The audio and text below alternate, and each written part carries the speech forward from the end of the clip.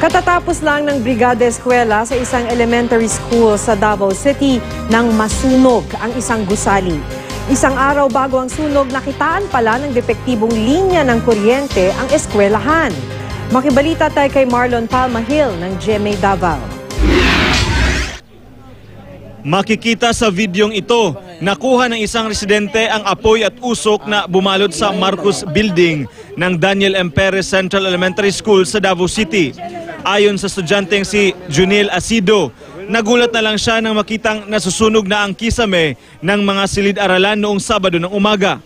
Paggawas na ko, dahil siga na, babaw, ka ng siga.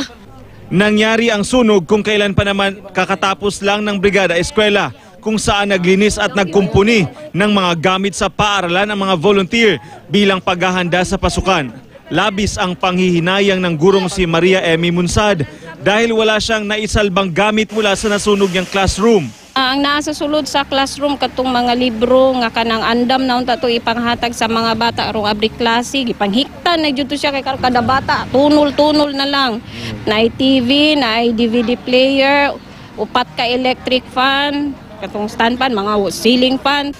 Ayon sa mga bumbero, Biyernes ng inspeksyon nila ang paaralan at nalamang may mga dapat ayusin sa mga linya ng kuryente na posibleng pagmula ng sunog. At kinabukasan lang, nangyari na nga ang pinangangambahan. Na sa mga deficiency, sagad sa mga rooms na mga substandard electrical wirings. Dili ta ko makaingon kung mo tayo hinungdan. 3 classrooms ang totally damaged habang may 2 partially damaged dahil sa sunog.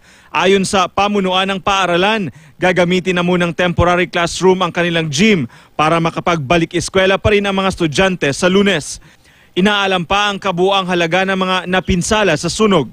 Marlon Palmahil, Nagbabalita, Pilipinas.